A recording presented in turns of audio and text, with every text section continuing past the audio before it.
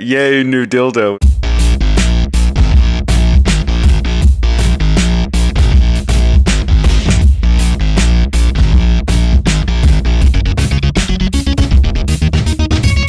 Welcome to another episode of Let's Rewatch, the show where we watch movies that we loved in our youth and see if they're actually still any good. As always, I'm Nick. I'm Bret. I'm Sam. I'm Ash. Am I in this? And that's Bryce.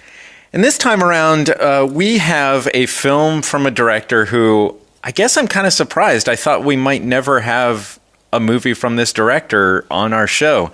But we're going to be watching Hook from 1991, directed by Steven Spielberg. So we're actually calling into question whether a Spielberg movie is a fantastic, awesome movie. Huh. Well, I had no idea this was by Spielberg. Really? So, yeah. I didn't either. Missed that one. Interesting. I feel like there's a set of Spielberg movies that could be called into question, though. Yeah, I've never seen. Is it 1941? It's something like that. 1941 or 1942, like a World War II comedy that I've never seen. Oh, God. What? a World War II comedy. Wow.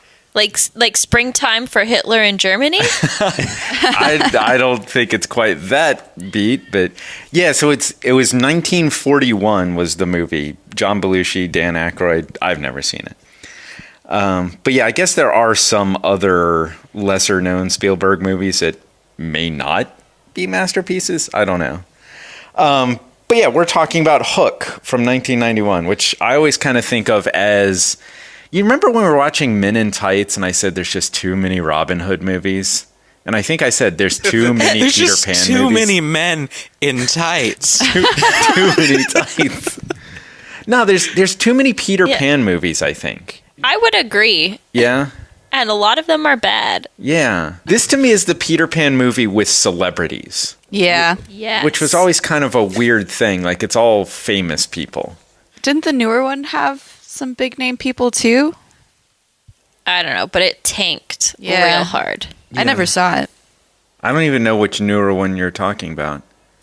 I think there was there was one with Johnny Depp where he played Barry, like he played the writer of Peter Pan, and then it like leaked. Oh, into that his one's life. Fantastic. Yeah. Actually, what was that called? Yeah, but Finding it's not really Neverland? about. Yeah. Yeah. But that's not really like a Peter Pan story. Yeah. It's like a memoir or a biography of the guy who wrote it. Yeah. But there's that really creepy Peter Pan from when Ash and I were probably about 12 years old, 13 years old. Or like, it was super creepy. Is that the one where the lady played Peter Pan? Because there's one where there's a lady who plays Peter.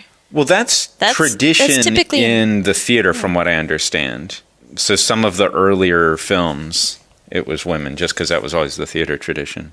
Just because, women grow up to become men, and that makes sense. No, it's because they were light enough for the flying mechanism in the theater. At least from what I've heard. I don't know. And wasn't that a Shakespearean thing as well?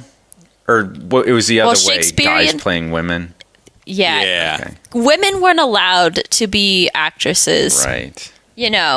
Because we're inferior and everything. Yeah. So guys get to play women, and then it's really funny because then the women are suddenly men, and Men in tights. Tights. Tights, yeah. The Peter Pan I'm talking about came out in 2003, and I'm looking at the cast right now on IMDb, and apparently it wasn't as star-studded as I had believed it to be. Yeah. Jason Isaacs, Olivia Williams. I just feel like it's not as big name as this one. We have Julia Roberts and so we've got in this movie Williams. Dustin Hoffman, Robin Williams, Julia Roberts, Bob Hoskins. Wait, Julia Roberts is in this? I totally forgot. Yeah, what? Wow. It's been a long time. Gotta wait and see. Which is kind of the point, isn't it? Yeah. And I thought, instead of like talking too much about, these actors' careers, which would be hours and hours, maybe put a little context of this point in time. So this movie was 1991. So it was after Indiana Jones and the Last Crusade, but right before Jurassic Park. So that's our time period. For Dustin Hoffman, this would have been 3 years after Rain Man, 1 year after Dick Tracy. For Robin Williams, this is Fisher King Dead Poet Society era. And for Julia Roberts, this would have been just after Sleeping with the Enemy and just after Flatliners and Pretty Woman. Wow. And so they were all like at the top of their game, kind of. Yeah, and I think all of them, well, Dustin Hoffman, I think, had the biggest career before that. I was surprised that The Graduate was 1967. Yeah. Wow. But I think most of these others had a huge career after this, although Pretty Woman seems to be Julia Roberts' pinnacle, I think. Yeah. Yeah, I would agree. And I think Bob Hoskins, everybody knows from Roger Rabbit, and that was 88, so that was Bob 3 years before this. So he, I think, already had his pinnacle. I mean, I guess you could argue that Robin Williams already had a comedy pinnacle, and then this was his transition into serious. Like this was his period of serious. I might have said that, except I was looking back at Robin Williams, and his first real film was Moscow on the Hudson. So I think he started dipping his toe in drama pretty quickly. And then Dead Poets Society and Fisher King were before this movie. Yeah, I just mean it was. I thought it was during that period, but. Yeah. When did Good Will Hunting come out? Like 98? I don't think quite that late. I want to say 93 or 94. Because that was pretty serious. Yeah. Yeah. I just think Robin Williams feel probably had that ability to go back and forth the whole time. Oh, absolutely. Yeah. Yeah, I think he was very successful with that. Okay, so you were closer. Good Will Hunting was 97. Yeah. And then when did like Mrs. Doubtfire come out? Sorry to make you look up stuff. I think that was much closer. I We've think got a that computer. was 92 or 93. I can't find my phone. I need like a Robin Williams timeline. I don't think I'm alone, except maybe in this group, in thinking that a lot of his movies were really not good. But like there was a period where a lot of them were really great. And is this like in the middle of that period, or is this like at the end of that? At what point in the Robin Williams is a good actor does this movie fall? I think, so first Mrs. Doubtfire is 93, so it's right at the same time. But I think you're wrong. I think, Yeah. I don't think there was like a do good too. Robin Williams, turning point bad Robin Williams. I think it was back and forth. Well, you said something that to me specifically is very different. There can be a bad Robin Williams film, but that doesn't mean that he's a bad actor. That just means that was a bad film. So I think those are two different arguments. In my opinion. Maybe, but I feel like an actor can choose their parts. Sure. But you don't necessarily know what's going to happen with the director you're working with or the studio. Like, I don't necessarily think that would be his fault. I would, actors often get to choose their roles, but sometimes stuff doesn't come together. You know, I would refer you to, I just watched The Tourist, which was a mistake.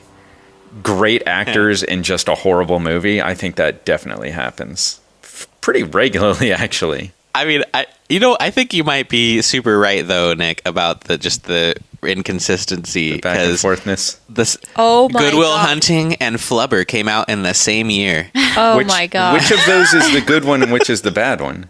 Because It's not Flubber. I would disagree. I would say, Flubber is a better movie than Good Will Hunting. But I think Robin Williams is great in Good Will Hunting. You don't like Good Will Hunting? I remember really liking Flubber when it came out. I mean, I was the target audience because I was a certain age, but I remember really liking it. When I went to go see Flubber, I think I was the only person in the theater. Oh, no.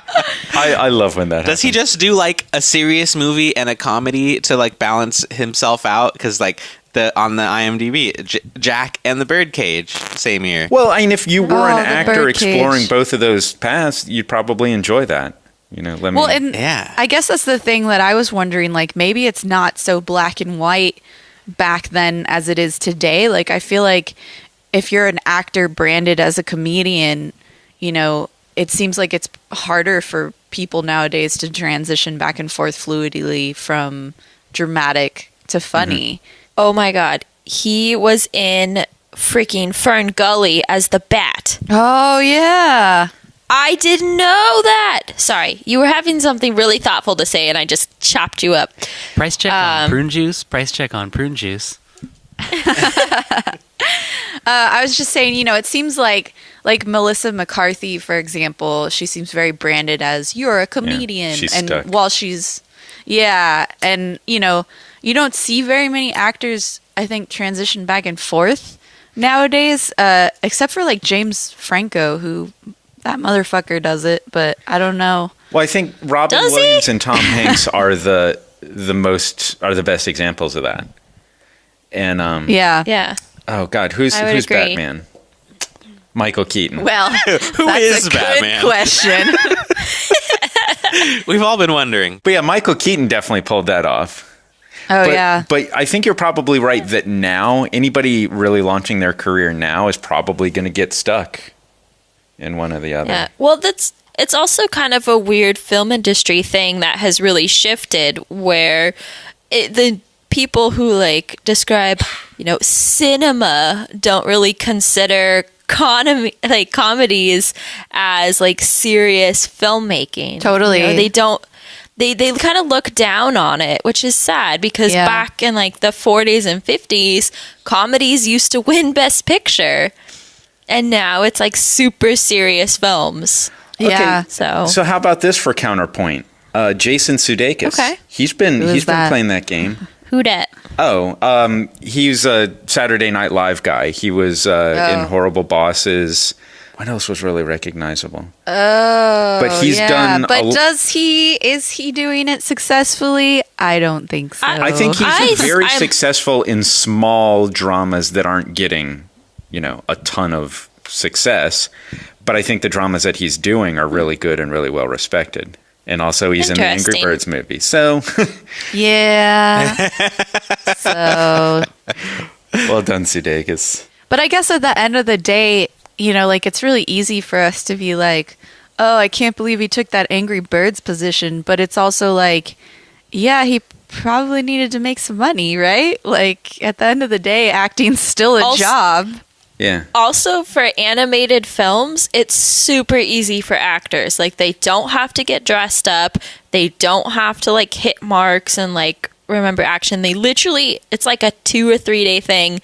They go in, they film it, or record it, and they can be, like, as crazy as they want with their actions and everything. And it's really easy, and most of them really enjoy it. So I'd like to think they still do the work of developing a character, but I think, it's a much smaller subset of what you would need to do for live action. Yeah, well, a lot of live action, you do all the prep work, and then the filming is also like an insane amount of work. Yeah. You have your crazy early call times, you have to wait for grip and lighting, and then you get to do your acting. Whereas, like, in an animated film, they're like, show up at 10 a.m. and then start recording, and then they just go into a booth and do their thing. Yeah. Animated films are the actor equivalent of working from home.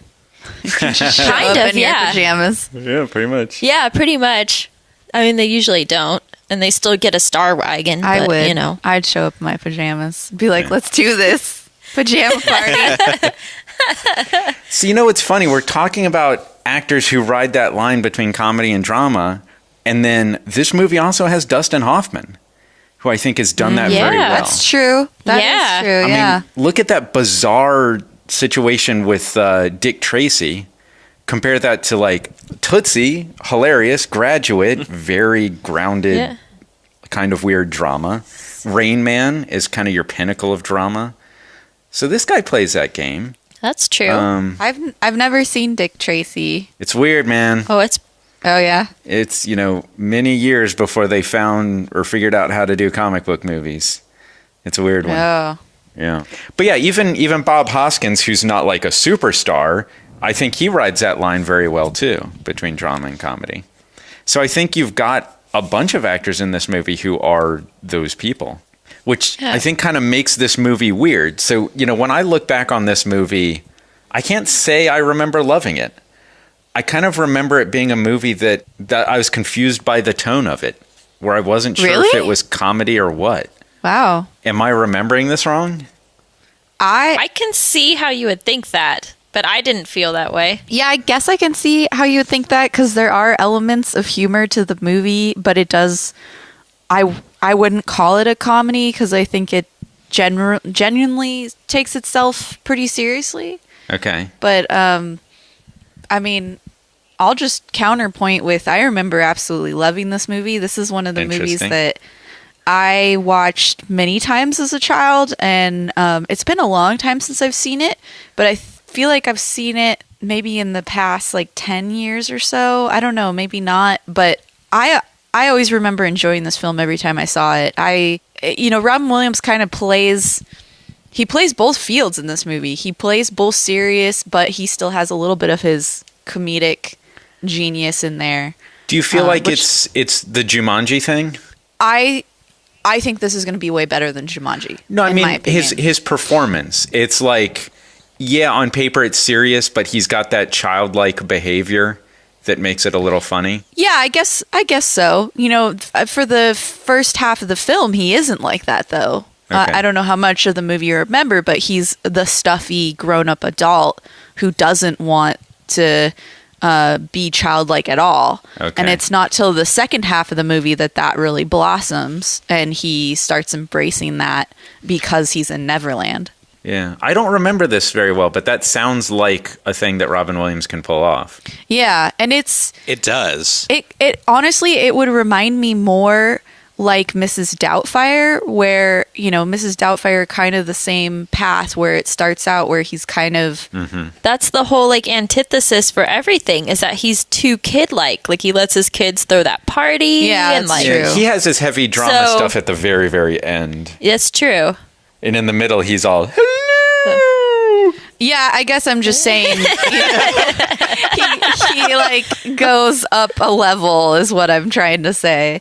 Yeah. As opposed, same here. He like embraces and goes up a level. But yeah, I remember really liking it. Okay. So I have good. And when I told the cashier at Trader Joe's that we were watching Hook, she got like super excited. And I don't want to jinx it, but she was like, I just watched it again and it's good, she said. So we'll see. But I want you to I don't recognize... know how qualified the Trader Joe's cashier is to give me movie advice. But At want one you to point in recognize time, that was talking me. to the Trader Joe's cashier about your podcast is the most hipster thing to do. or look, she asked me, okay? She asked. She asked about your She podcast. She asked about my weekend plans. I told her we were watching movies, and then the conversation expanded. So, Sam, what do you expect to get out of this? Is this one of those movies you loved? I don't remember like loving it, but I definitely enjoyed it when I watched it. I think the reason why I didn't love it is because I didn't actually personally own it on VHS. That was a requirement, so you could watch it over and over again. Yeah, exactly. So this was like the movie I watched, once or twice at Grandma's house. So Because Grandma loved this shit. she was did. like, She "Give me introduced some me to Robin me. Williams and Dustin Hoffman.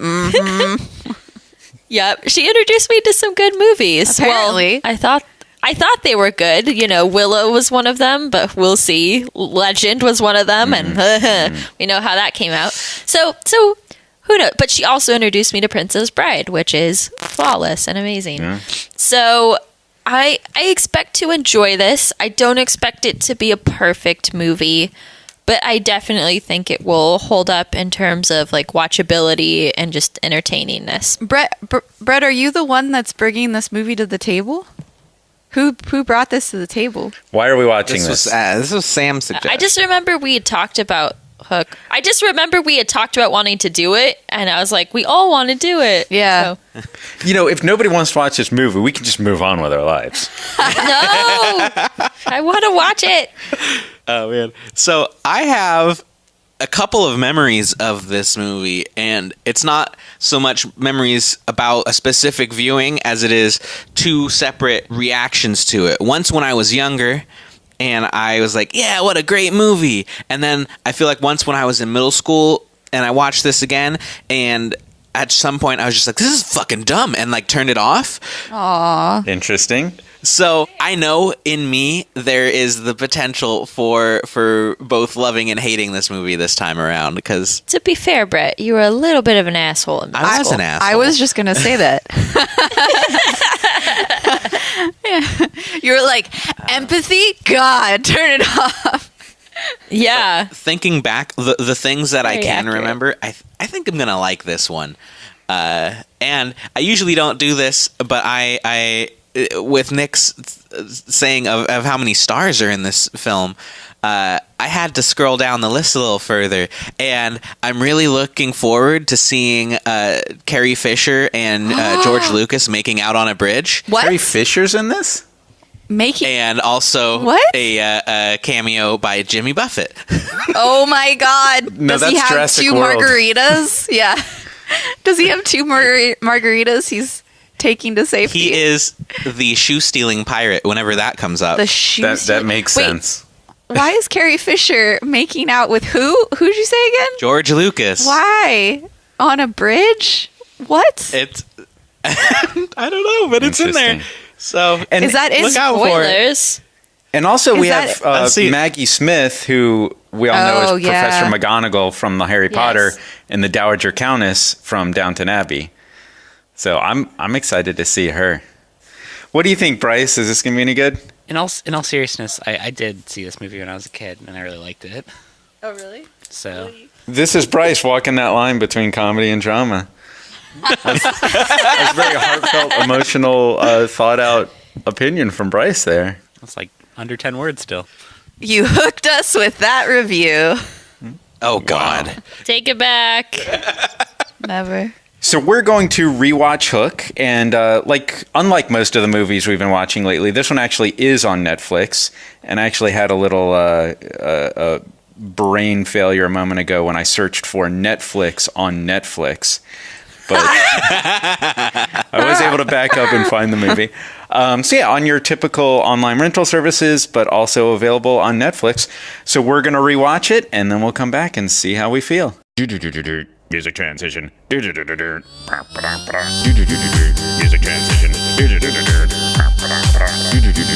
Music transition.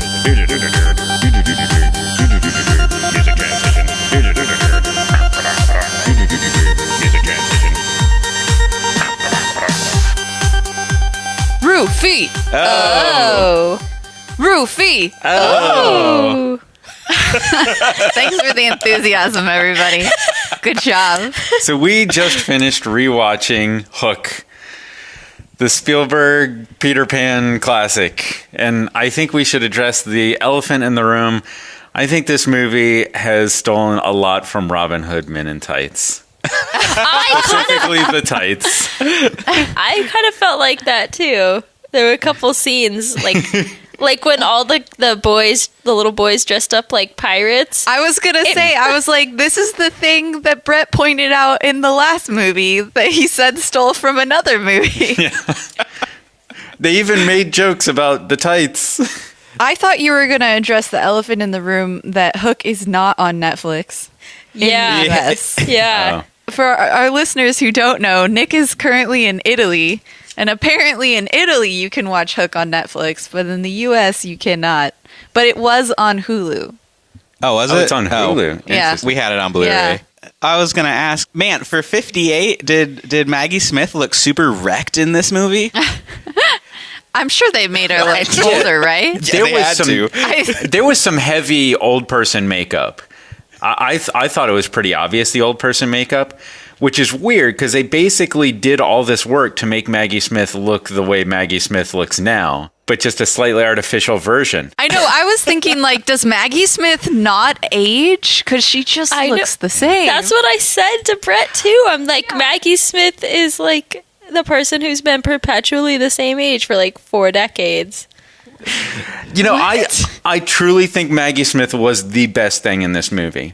I What? was absolutely captivated by her. That first moment she was on screen, which granted is classic Spielberg camera work, but Right. she was, every moment she was on screen, absolutely captivating. She was great.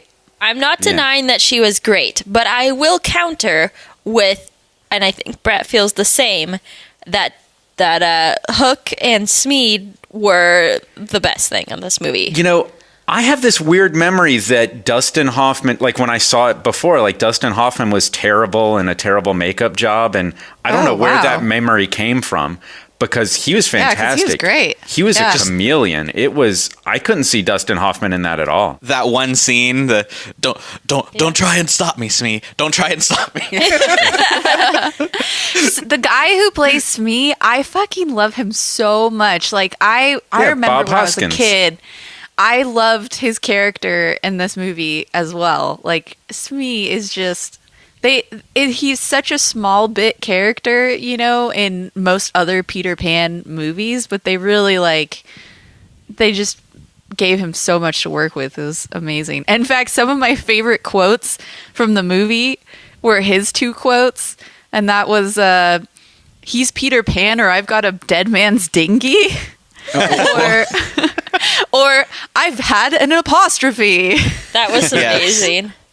And then he said, lightning struck my brain. And That must have hurt. And yeah, that must have hurt. So my general feeling on this movie is very similar to my feeling of John Carter. I felt like John Carter was a really great movie if you just cut out this one little part in the middle, which was the entire time he was on Mars. And I feel like that with Hook. This is a really good movie if you just cut out that one little thing in the middle where they're in Neverland. Cut all of that out. Totally disagree. And you've got a great movie. You're breaking my heart a little bit. It was long and meandering and... The Neverland stuff's the best part. No, London was the best part. I had a little bit of that thought, but it wasn't the whole Neverland thing. We reached the moment at which I remember going, "This is dumb," and then I turned it off. And it's the training sequence. Yeah, the training montage. I thought it was before when he was running away from the Lost Boys, and then they had that weird like drum music, and they were like playing basketball on skateboards. Oh, I loved the pirates. And then I loved the pirates again. And then all that stuff with the Lost Boys, I was like, I don't know. Oh, I totally disagree. The scene with the food fight is like one of my favorite scenes. Yeah, I love that. That's really good. There's a lot of heart there. I feel like this movie could shed 45 minutes. Yeah. I disagree. I actually felt like, and maybe it was just the contrast of watching Batteries Not Included, but this movie to me, I never felt like there was a moment that lagged that long. Really? Like, I felt like it was every scene I was enjoying, and it just kept going for me at a good amount of time. In fact, I kept thinking of, because I think there's some parallels to Goonies too, as far as like the writing and whatnot. Oh, sure. And the feel of the movie. And in Goonies, I felt like there was shit that could have been cut out that didn't hold my attention. But this, I felt totally engaged the whole time. I loved the training sequence. I loved everything about the Lost Boys. I kind of think that like they could have cut from the when they couldn't think of a transition for how to get him off of the ship into the Lost Boys. Oh yeah, I think they could have that cut was pretty ridiculous. straight from there to the food fight scene and skip everything that happened, and then it would have been like, oh yeah, no, he right there. He's like he started that one scene captured the whole transition from adult back to Peter Pan.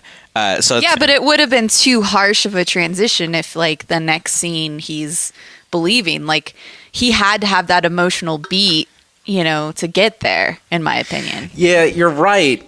But it's at the same time, there's a lot where I was like, okay, I get it. I know what has to happen next. And it took a while to get to what happens next. But maybe that's really just investing in your characters and spending more time with that growth. Yeah, I mean, Bryce kind of commented on that too, where he was like, they're really hammering that in, aren't they, that he's Peter Pan. But I feel like for somebody, you know, I appreciated the fact that unlike a lot of modern day movies where people just kind of like flip on a dime, like I appreciated the fact that they took the time to develop his character and really like, I think it was a more realistic transition that it took him a while to really get there. Yeah. And it was more of a breath of fresh air when he did have the change. Yeah. And they set it up to where he was such a workaholic that, like, it really made it impactful. And if somebody was that, like, ingrained in work and like hated fun that much, I wouldn't expect them to suddenly like become childlike, you know? And because the way they wrote his story is that he started as such an adult and then kind of slowly waded into like being a kid, and then they pushed him too far past into being too much of a kid and had to draw him back a little bit, which is really interesting for his character. Like his brain is broken. Like they really like some dude with Alzheimer's or something like totally just forgets everything. Well, there's something about that I don't understand. I get that when you're from Neverland and you go to the real world, you forget. But I don't understand. I guess that works in the other direction too. Because the longer the kids were in Neverland, they forgot the real world. Yeah. There was a little flaw in the logic of Neverland for me there, where the flaw for me was more, as far as I've always understood it, and it seemed like that was the narrative that they were setting up for most of the movie, is that, you know, orphan children come to Neverland when they've been orphaned. And so the Lost Boys are from all different time periods. And if you looked at their clothing, you can see that they're all dressed from different time periods, which explains why some kids have skateboards. Some kids look like they're from the 20s. You know, like they're all from different time periods because they've been orphaned throughout time. That one fat kid was from the future where fat people are the most flexible people. But like the thing about Neverland that I've always understood is when you come to Neverland, the age that you are when you come, you freeze in time and you never grow up and you are that age forever. Yeah. But somehow Peter Pan went there as a baby. As a baby? Yeah. That bugged me. Like grew up. So that like logic didn't make sense. I think that makes sense because he went back to London so often. So he was like visiting to look through windows. So every time he'd go back to London, he'd age. I guess I could buy that. But so he went back to London as a baby and aged a little bit? I don't know. He ran away as a baby. That kind of bothered me too. It kind of bothers me that, so Maggie Smith starts this home for orphans. Why doesn't she take the orphans to Neverland where it will be much more awesome? Because there's pirates. Wasn't the whole point of the original Peter Pan that Maggie Smith's character doesn't like Neverland and it's shitty and all the Lost Boys need a parent and need to not be in it? So I think that's probably why. I don't know the original story. She was giving them. She was the mother to the Lost Boys, and so she gave them, you know, the mother that they needed, which is why the daughter child kept harping that in so much as well. You need a mother. Okay, so then I changed my issue. My issue is now, so Maggie Smith starts a home for orphans, but leaves a whole bunch of them stranded in Neverland. Yeah. Fuck those specific orphans. Those Lost Boys made the decision to stay. They wanted to stay. That's the way I understood it, and maybe she too. forgot to fly by that point, because that was a thing she said. She did say she forgot to fly, yeah. But as far as I understand, the ending of the original is it's not like they just left those Lost Boys. Those Lost Boys decided they wanted to stay in Neverland and not grow up. Okay. Yeah, but like, you know, if a little kid was like, "Hey, leave me here in the jungle alone," like, you get Jumanji. Okay. Yeah. Also, how is that dog still alive? Like, seriously. Right? That dog Probably a should be different dead. dog. But it said Nana. It's Nana 2, okay? Nana 2. It should be like Nana 7. 5. Yeah. Like, that dog Nana would be 12. so old. So those of you who know the original book, I'm really curious if this line is from the book. My guess is that it probably is. But there was a line that kind of made me cry a little bit, which was, "We can do everything or nothing. All we have to be was anything." Oh, I don't remember that one. Yeah, that was the Tinkerbell. Oh. When she first came to get him, we could do anything or nothing. All we had to be was anything. Did it just make you cry because it was Julia? You're like, oh, Julia. It's such a beautiful concept, especially when you're traveling and, you know, you can do anything you want just because you can choose to be the person who does those things. But yeah, Julia Roberts was pretty damn captivating in this movie. She was great. even though they were clearly doing the, okay, now give us the laugh. Like they did several takes of give us the Julia Roberts laugh. But even still, it was very adorable and endearing, and yeah. So we've previously like ripped on the comping in other movies, but that first scene where Julia Roberts like walks up his chest on the bed was like so well done. I was like, this is great. Yeah, I was gonna say well. I thought the graphics held up pretty good. You know, I mean, obviously they weren't the best, but there was even one point where she's talking to Hook in the beginning, convincing him to let her take Peter away. Yeah, and she's looking up at him, and Hook moves his arm across her, and if you watch carefully, you see the shadow of his arm cast over her as well. And I was like pretty impressed with that. They probably had ILM going on there. Yeah, that's true. Yeah, the flying away into Neverland scene was very special effects heavy and poltergeist-ish. Yeah, yeah. But the blankets flew up straight. The green smoke. Yeah, we were laughing straight up. Yeah. I really enjoyed the staging with Tinkerbell, especially the idea of the dollhouse, that she fell inside the dollhouse. Because then suddenly we're in this, you know, this dialogue scene with reverse shots where they're both just standing in a house. Yeah. And it looked like they were talking to each other, and they're just both on other sides of a room because she's inside the dollhouse. Yeah. It's funny that really you like that. Yeah, it's funny that you mentioned that dollhouse scene. Like, as soon as it came on, I told Bret, I'm like, oh my God, I remember this dollhouse like so clearly from when I was a kid, and like the little clasp and how it opens up, and like I remember wanting one. Me Did too. You want one too? Yeah, and it's a quick scene, but I think it was a scene that really appealed to kids, and it's like Nick was saying, it kind of brought the story into the kids' world, because up until that point is very much in the adult world. I like that Totally. you were both hit by this just excellent piece of filmmaking at an age when you didn't know what was going on there. Yeah. It just affected you. It just worked, which is really remarkable. Yeah, and I mean, it's interesting because you've talked before, Nick, about films that are like told from the child's perspective. And this is a film that like has that feel, but it is an adult, you know, but it's got that magical. I think it was a movie that was about a journey into that tone. Yeah, definitely. You know, and it's just done so well. It felt wrong that the movie wasn't completely embracing that tone because we had to get there, you know, and then it felt right. Then it felt like we had hit our rhythm with what that movie was trying to be. Totally. Yeah. So my one problem with Tinkerbell, everything we just talked about, I love, but my one problem with Tinkerbell was that dress. I know, right? No, I think I know what you're gonna say. Of a love story. Yes, I agree. There's absolutely no reason, no benefit. Didn't do anything. That is not shoehorned in. That is 100% authentic.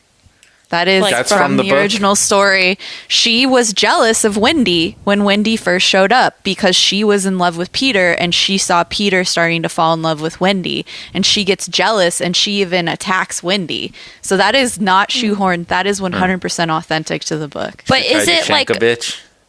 But is it like a friendship jealousy, or is it like a romantic jealousy? No, she's like she definitely got jealous. You know, I mean, I guess you could interpret it different ways, but I don't think, you know, I think the issue with realistic it is like, it's not that it couldn't happen, but it's more like in the essentially fan fiction that this movie was, that they forgot to remind the audience that was a thing until the end of the movie. If that was there throughout the film, it would have made more sense at the end, but it just kind of seemed like, oh, by the way, like, I'll be a side girl. And he's like, all right, like. It's like, why are we shipping Peter and Tink?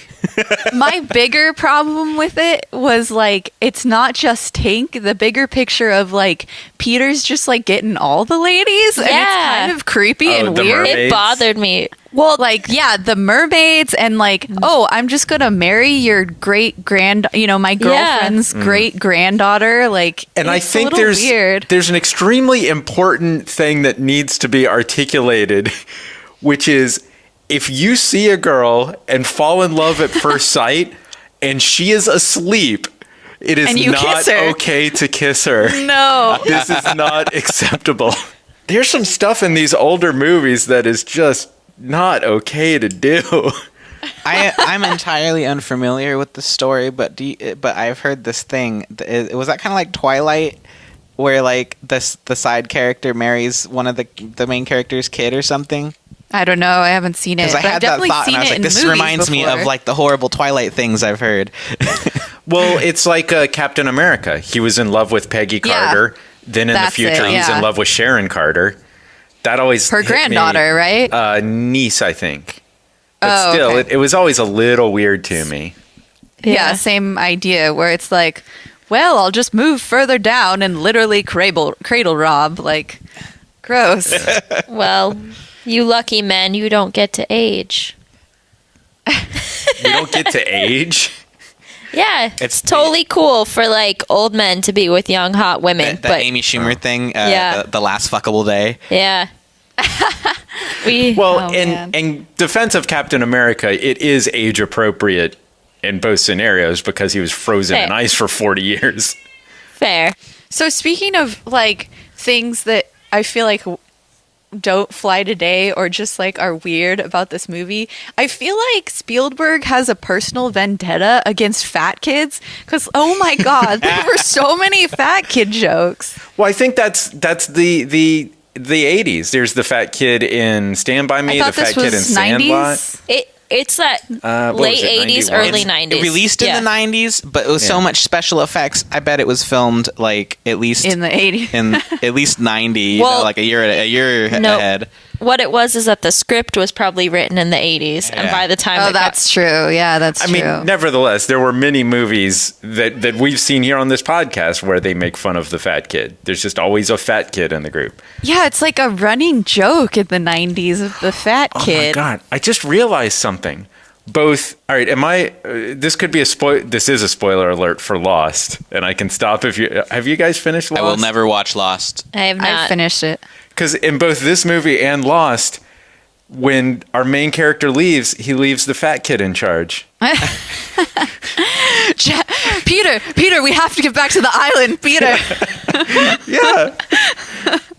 Well, Yeah, I guess I guess he was giving the sword to the one kid who couldn't leave for gravitational reasons. Oh my god. Bret. Oh my He god. needs a really, really happy thought. Like Ouch. super happy thought. I thought you were gonna say like the only kid that actually like did some damage to the pirates. He was the only one that actually fought. He did. Peter did give him the sword. He was like, "I want you to take care of everyone who's smaller than you." And I was like, That's everyone. "Is that another Ouch. fat kid joke?"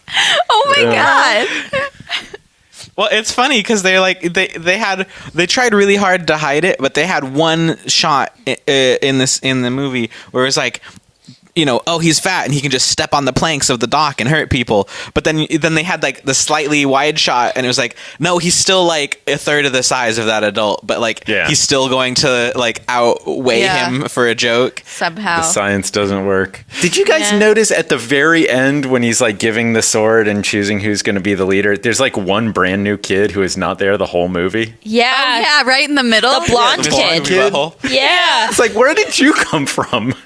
Yeah, totally. It's like, yes, Totally. we fought those pirates. I was with you. I've I been was here the whole time. Sorry, you only have happy memories of me. Oh god. Nick, did you love Mr. the Poopy moment Butthole, you were here. the whole time? Nick, did you love the moment that was basically the equivalent of a car catching on fire, but it was a boat catching on fire? I Do you don't remember that. It Did was a the boat little crash and prop catch on boat. fire? yeah. It was like the little prop boat, and Hook shoots it, and it just instantly bursts into flames, and then it just sinks, even though it's in water. Yeah, I'll tell you what I did love is the cameos I did not pick out David Bowie, but was that... What? David Bowie's in No, this? not David. Why did I think David Bowie? God. I was going to say I have to rewatch it right now. Jimmy Buffett? Jimmy Buffett. Yeah, I didn't pick out Jimmy Buffett. Oh. But I do think I saw David Crosby as one of the pirates. His name's on the list. And Phil Collins was the police guy in the beginning when the kids disappeared. Oh my gosh. And he was really good. Like, who would think that Phil Collins could act? It was weird. Ouch. No, I mean, if he can act, why hasn't he been in other stuff? Why would he do one scene in one? So. You don't know who Phil Collins is? Who's that? What about In the Air Tonight? He was in Genesis. Don't know these things. He's a very, very famous. He's an extremely famous musician who you should know. What about young Gwyneth Paltrow? Holy shit! So good. So let me ask you this: there was a moment where they showed Peter's mother in the flashback, and I was like, "Is that Gwyneth Paltrow?" I thought it was too, and I was like, "Is she playing the same?" Like two different characters, like the mother and because it was weird. A few minutes later, okay, that is definitely Gwyneth Paltrow. So now I don't know if this person I saw a minute ago is Gwyneth Paltrow. I totally felt the same way. I wasn't sure. Yeah. It just looked like they shot on the set of Waterworld and added pirate stuff. Well, they may have. I've heard these stories that like a good percentage of the costumes you see in post-apocalyptic movies are just Waterworld costumes. Like, there's a lot of shit that they just keep and reuse over and over again. Yeah, I've been in the I think it's IS prop house, and it's just huge, and it's amazing because they have everything categorized toward like here's all the Indian stuff, here's all the cowboy stuff, here's all the like early Victorian stuff, like everything's categorized and here's by the time period. Wing. Yeah. And it's so crazy the amount of stuff that they have. They do auctions every so often. Oh, really? Yeah, I have a friend who does really cool like costume making, and she bought stuff from Waterworld, and she has a couple of the costumes. So I like in LA. There's a store, maybe two of them, where sometimes they sell clothes that they've used in TV shows. Huh? Oh yeah, I've heard of this. I went there a few times because I really wanted some of the clothes that Donald Glover wore on Community. It's like, I want some of that wardrobe just to wear. I want Not because of a Donald Glover crush, but because I just dug the clothes that he wore. It's okay, Nick. No judgment here. A little bit. I just want to wear the same clothes. I want to feel his scent on me. No. Did anybody else really love the handy cam guy at the play in the beginning? Who's just like got this huge handy cam recording the play? That whole Totally thing was missed like that. all of the modern cliches that you would see in a movie now, except it would be iPhones videotaping and it would be iPhones interrupting the middle of the show. Like all that stuff are completely modern, just with older equipment. The one completely unrealistic technology joke they had was the cell phone quick draw.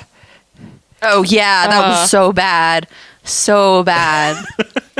Oh my God. Which also leads me to one of my other favorite quotes, which happened at the end of that scene, where the lady turns to him and says, "Don't worry, more people crash in cars all the time," as he's going off to get on an airplane. know. That's what I told Bret. I'm like, that's like saying, don't worry, the fire's not that hot. You burn faster in lava. Like, yeah, like, don't say that. God, why would you say that? Yeah, and then they're on the plane and it's shaking, and his wife turns around. I'm like, the seatbelt sign is on. See, I was just like, why don't you take Xanax like normal people and knock the fuck out?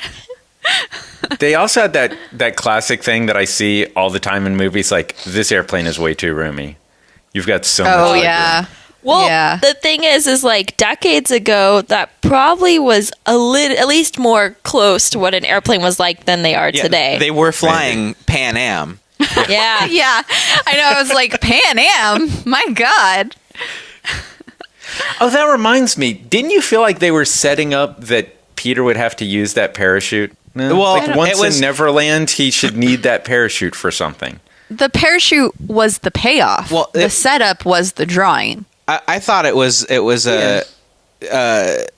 just a early like Peter Pan can't fly foreshadowing thing. Oh, no. That too. Yeah, that's pretty good. I thought it had more to do with the kid's character arc. Like, he was so mad at his Oh dad. my god, he can't fly and he's afraid of planes. Sorry. Are you just now putting that I together? totally did just put it together. Oh my god. There's so many layers. Thanks for interrupting for that.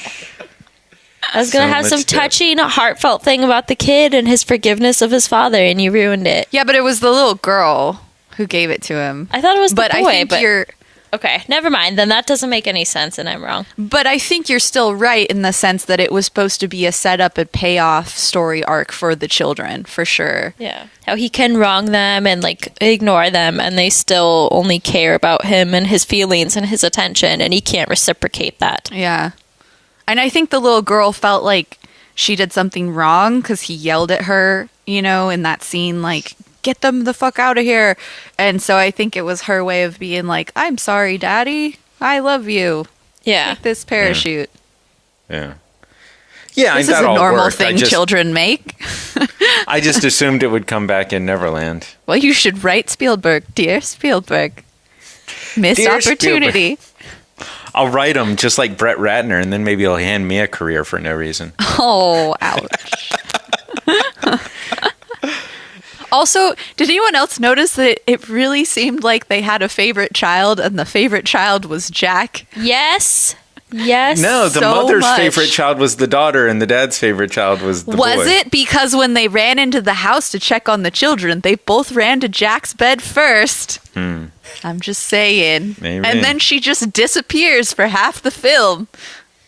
No one knows where Maggie is anymore. Oh, look, she's in that window at the end. Yes, that makes sense. She had her little American Tail like sing a song about being alone thing, Yeah. and then they got rid of her. That's all they needed her for. She showed her beautiful face. Like, she's done. Or Jack, I will say that Jack seems like someone who's mentally unstable and easily confused as well. Like, Yeah, like he literally forgot Yeah. his dad's I face. guess so. I wonder how much of it the kids are going to remember, because that's going to be weird going through your life being My like, dad's Peter Pan. yeah, my dad's Peter Pan. Bring your dad to work day. Fly, Dad. Come on. There's just a carbon monoxide leak in their house. They all just went insane. Does Peter Pan go back to his job as a mergers and I acquisition think attorney? he just quit Well- by throwing the phone out the window. Yeah. I mean, they Like, got I a wanna- pretty sweet house in London. Yeah. Well, that's what's her name's house. Well, so he said that line at the end, and I was like, I don't think that other guy is gonna get that joke. Yeah. With the you want to know what it feels you like to fly? don't you? How about this? And the other guy's just on the phone. What? What? yeah, I mean, And we already know he was like gonna just say hello into the phone for like 3 hours. Maybe this was a time when cell phones were so new that Robin Williams didn't understand that the other guy didn't see the things that the phone saw. Like when you're a little kid and you talk to grandma on the phone and she asks you if you liked your birthday present and you nod your head yes. Or That's like Robin when, Williams. The files when you're are Bryce in and you the record computer. a podcast and somebody asks you a question Yeah. and he just nods his head. right, Bryce? Yeah. Yep. So I'm gonna say I enjoyed this movie. I think that Really? Despite it- the middle of it. I think this movie could have been trimmed down significantly. I think you could very easily take 30 minutes out of this movie. But still, yeah, the magic was there. I think what I did see of this as a child, I never saw the beginning. And I think that's super important. And Oh, really? I'm yeah. in love with what Maggie Smith does in this movie. So it's a shame that I never saw that. So, yeah, I think this is one case where I thought the movie wouldn't be so good, and it ended up being much better than I expected. What do you think, Brett? I thought it was pretty good. I have some of the same concerns you do with the pacing, but one of the things I really liked about this, especially because we saw Warcraft last night and it was so bad, was that they had a couple of really fantastical kind of locations, but the way Spielberg actually shoots this stuff, he doesn't overdo like how awesome the places are, and there's lots of really close up. It's still about the characters, and I think a lot of modern movies get away from that, where they're just like, look at this fantastic place, like every Look single at the scene. spectacle. Yeah, and like in a movie, you get one, you know, like it's not long enough where you can keep throwing like more and more fantastic images at people, because then it just if everything's fantastic, then nothing is. Yeah. And so this one was really cool. They had like one or two great shots, and then everything else in the movie was character stuff, and the characters were so good. And I kind of want like a Dustin Hoffman as Hook. Just like I wish there was like a TV show or something with that. I just want more. But yeah, it's pretty good. Well, you can't because the alligator ate him. Yeah. There's a John Malkovich as a pirate TV show. What? You can always go to that. Yeah. Maybe Definitely Black want to Flags. see that. Yeah. That I only saw sounds one. weird. It didn't really hook me. But Oh my god, I didn't even mean to do that. Did not even mean to do that. I was like, that was pretty clever, Nick. I've been infected by puns. that was like me last night after watching Warcraft, and it ended, and I just turned to my brother and I went, "Wow!" And then I just face palmed real hard. That's pretty great. Oh, that's so funny. See, they should have had Christopher Walken in the WoW movie, and then you could have said, yeah. "Wow." Then and then it would have been good, right? Yeah, because he's Yeah, boobs. that would have changed everything. So, what do you think, Sam? I enjoyed it. It kind of is pretty much exactly what I predicted. Like, it wasn't flawless, but it was still entertaining, and I think it holds up remarkably well, especially in the special effects area. And I really liked the character development that they did. And overall, I think it was pretty good. Ash?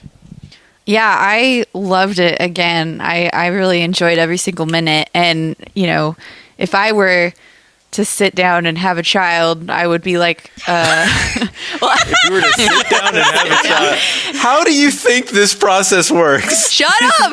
The moment where Hook's like, your parents used to have fun before they had you. I was like, that's how I feel about children. Why would I lie when the truth is so much more fun? Yeah, it's so true. But I think if I had to pick a movie between like Goonies and this, I would definitely show them Hook. Like, I think Hook stood up to the test of time more than Goonies did. And I just really enjoyed it. I think it was a really good, fantastical adventure.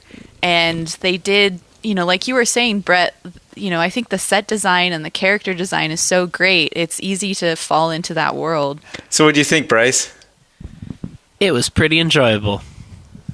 That was a rave review from Bryce. More than one word. That's a 12-star review. So I hope you enjoyed rewatching Hook.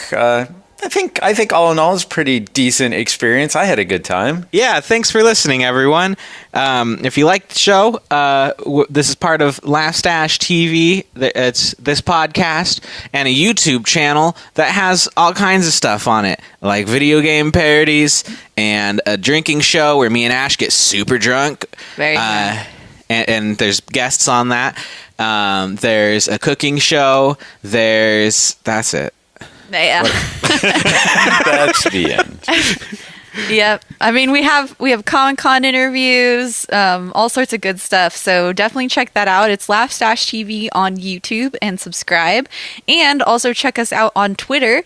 You can check out Laugh Stash TV at Laugh Stash TV on Twitter. And then you can also check out this podcast at Let's Rewatch on Twitter. And be sure to tweet us your movie suggestions. We've been doing a few of them. They've been mostly good. They've been a mixed bag. But thanks to everybody who's been tweeting at us. Eric, Ralph, as always, Chris, Christopher, a lot of people, Glenn, thanks for tweeting at us, telling us what you think of the show. Tack, as always, as well. And do let us know if you have any movie suggestions. You can also email us if you want to write in and give us a movie suggestion or give us some hate mail about how you think we're so wrong to letsrewatch@gmail.com. And thank you guys so much for listening. If you are so inclined and you really do truly love us like we think you do, could you please go ahead and give us a review on either iTunes, Google Play Music, Libsyn, or Stitcher, or all of the above, because that's just how awesome you guys are. I don't think you write reviews on Libsyn. You I think don't? Libsyn is just our. You can They can leave a comment. comment. Can you? You can leave a okay. comment, yeah. Anyway, go ahead and leave us an awesome review if you loved us. So we're going to keep doing this every 2 weeks. Be sure to check out the feed, subscribe to the show, and we'll be back in another 2 Fridays from now with another episode of Let's Rewatch. Yeah, and next time we'll be watching a horror classic, Santa's Sleigh. Oh, no. Is that an icicle he has? I think it is. Is it an ice sickle?